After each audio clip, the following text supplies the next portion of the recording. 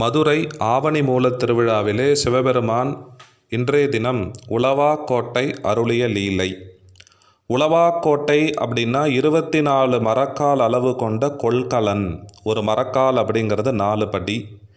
அதிலிருந்து நெல்லை எடுக்க எடுக்க குறையாத உலவாக்கோட்டையை தன்னுடைய பக்தனுக்காக சொக்கநாத பெருமான் கொடுத்தார். எதற்காக கொடுத்தார் அப்படிங்கிறதான் சரித்திரம். ரொம்ப அற்புதமான சரித்திரம். அன்னதானத்துடைய பெருமையை உலகிற்கு உணர்த்தக்கூடிய நல்ல சரித்திரம்.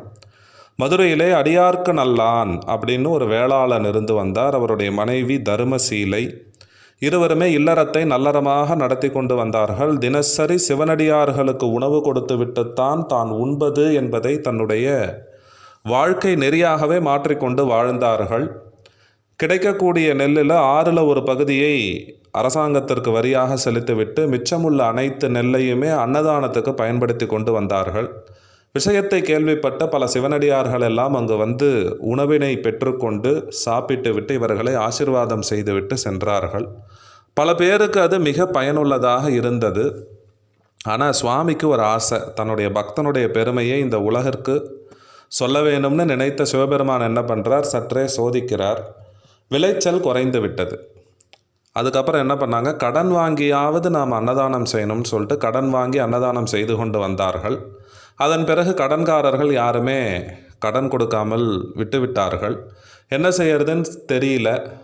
பல ஆண்டுகளாக நடைபெற்று வந்த அன்னதானம் தற்போது தடைபட்டு விட்டதே, இதோட நாம் உயிரோடு இருக்கக்கூடாது அப்படின்னு சொல்லிட்டு முடிவு செய்துவிட்டு சொக்கநாத பெருமான் கோவில் கொண்டிருக்கக்கூடிய மதுரைக்கு சென்று சன்னதியிலே சென்று இறைவனை ஊனுருக உயிருருக பிரார்த்தனை செய்கிறார்கள். சுவாமி, நாங்கள் எவ்வளவோ முயன்று இந்த அன்னதானத்தை செய்து கொண்டிருந்தோம்.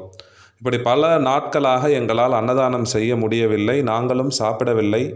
அடியார்களுக்கு உணவு கொடுத்து விட்டுத்தான் நாங்களும் சாப்பிடுவோம். இப்போது நாங்கள் என்ன செய்யறதுன்னு தெரியலையே. ஒரு நல்ல கடன் கொடுக்கிறவரையாவது நீங்கள் என் கண் முன்னாடி காட்டக்கூடாதா? யாராவது இறங்கி வரமாட்டார்களா?